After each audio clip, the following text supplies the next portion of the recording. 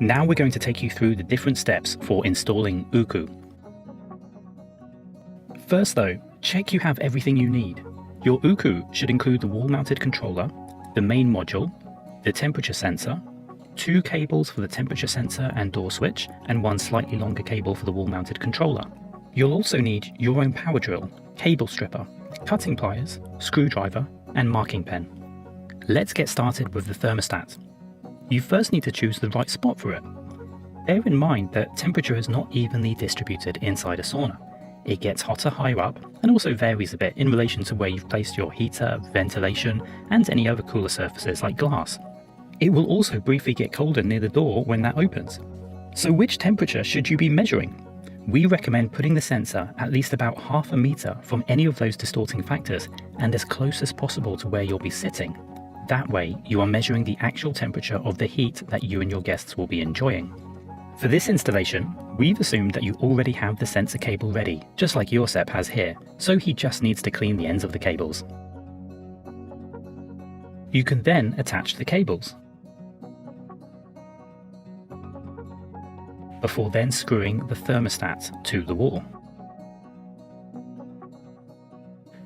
Next, we'll attach the door sensor, which automatically shuts off the heater when the door is opened. This sensor consists of 2 parts, the actual sensor that goes on the door frame, and the magnet it connects to, which goes to the door. You need to put the sensor on the side of the door where it opens, and also low down so it's not noticeable and the heat doesn't loosen the attachment. First, drill a hole into the door frame where the sensor will go. It must be just deep enough to allow the door to fully close. Again, we've assumed here that the rest of your wiring is already set up. Now you need to clean the cable ends and connect those cable ends to the terminals of the sensor. Opposite the hole for the sensor, you can now secure the magnet to the door. It's simply attached using double-sided tape. That will hold firm as long as the sensor is low enough down on the door like this one. You can then insert the sensor into the door frame. Just make sure you secure it so that both parts are aligned when the door closes. Finally, you now just need to connect the cable ends to the main module. Now we're going to install the actual wall-mounted controller that you'll be using to control the whole system. This must be placed outside of the sauna hot room, but it can be used anywhere that is most convenient for you. The most common place is next to the sauna door. However, some people have put it in the lounge or even their bedroom. Think about not just where you want to switch your sauna on and off, but also where you might want to glance over and monitor the temperature as it heats up. You need to secure the wires to your wall-mounted controller. Just make sure you carefully match up the right numbered cables here. This is the most common source of the problem when people think their heaters might not be working. In some controllers, for example, the numbers run backwards, which some people don't notice. This work is a little bit fiddly, but we've added these wire sleeves to help. Here's another top tip. Make sure you get a photo of the wiring here after it's finished. Either give this to your client if you are the electrician, or ask your electrician for this if you are the client. That way, if there's a problem in future, it's much easier for us or anyone else to see where the issue might be, or at least rule out that there's no problem with the wiring configuration. That saves a lot of time. The electrician can now connect the power cable to the cable screws on the UKU control panel before fixing it to the wall. For that, simply take away the dial in the middle, then you can attach the device to the wall with screws behind that before replacing the dial again.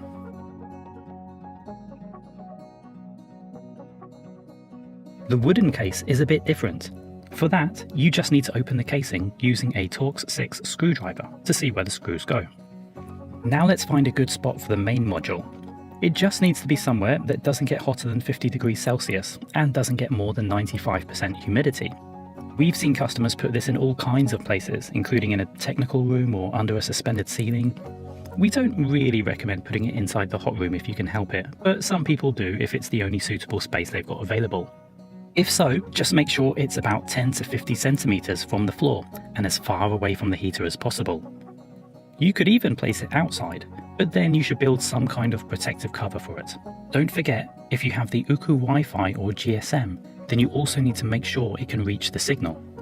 Once you've got your spot, you can then easily fix it to the wall. After that, the electrician can start connecting the cables for the wall-mounted controller and the sensors. Don't forget to look carefully at the numbers you need to match up. As with the wall-mounted controller, we recommend that you take a picture, just in case there are any issues in future, because that will make it much easier for someone to spot any problems without opening it up again. Try to take a few pictures from slightly different angles that show the cables actually entering the holes, not just from directly on top. Now the electrician can connect the power line to the heater. Don't forget, all cables to and from the main module need to have the same cross-section. Then that power line needs to be connected to the main module. Once again, don't forget to save a picture after you've connected it. You never know when that information might be useful in future. Connecting the lights or ventilation is optional, but it's a great added extra. You can choose one of these at a time, then connect it to the LL, LN outputs on the control console as shown here. Right, now let's test that everything is in working order. You don't need to wait until the stones are in for that. Start by simply turning on the screen of the wall-mounted controller, spinning the dial to choose a temperature, then pressing it to start the heating process. You'll know pretty quickly if it's working, because the heating elements will glow red and emit heat quite fast. There's no need to touch it, otherwise you might burn yourself. Don't forget, the sauna door has to be closed for this to work. Once it starts emitting heat, you can then test that door sensor too, by opening and closing the door to check that it shuts off properly.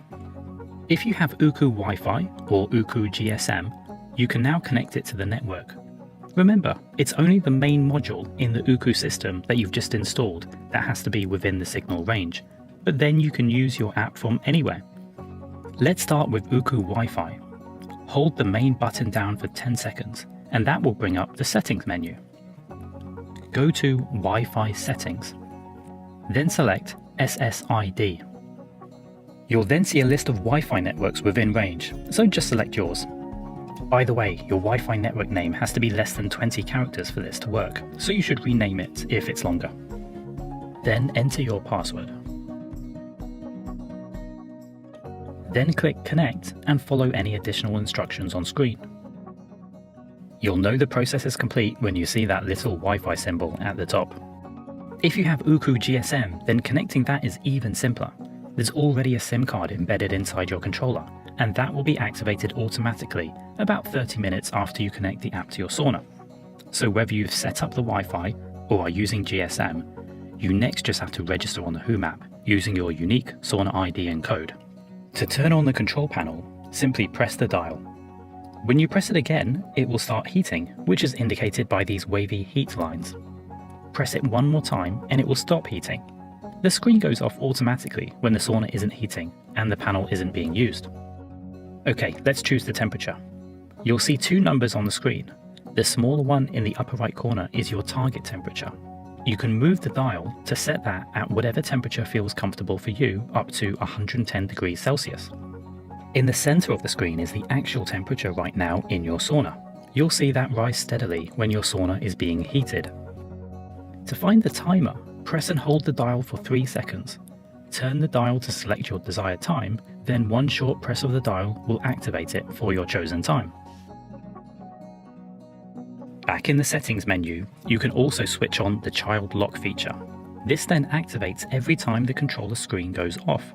To switch the controller on after that, you just need to press and hold the dial as you usually do, but then also turn it 15 degrees clockwise, back, then 15 degrees anti-clockwise, then back into the center. It's pretty simple, but it prevents kids from accidentally turning it on if they start fiddling with it.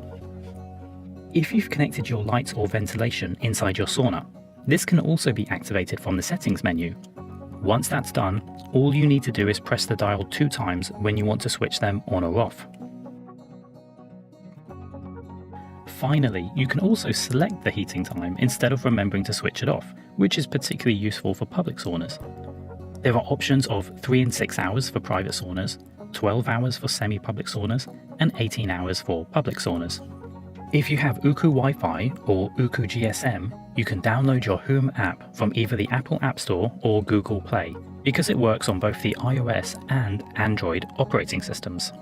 To sign up, start by filling out some basic details. You then need to insert your sauna ID and sauna code, which can both be found printed on your main module. You can change these inside the app if you want. That's especially handy if you want to give your guests access to the app but also want to change the password afterwards. Just like on the wall-mounted controller, you can select your target temperature by scrolling around this circle that has the actual temperature inside. Your sauna is now heating. Remember though, you must not heat your sauna remotely if there's anything left inside the hot room. And if you've left the door open before leaving the house, then the app won't let you switch it on. As with any app, make sure you keep downloading any updates. Here at HUUM, we're working on some really great new features that we can't wait to show you in future.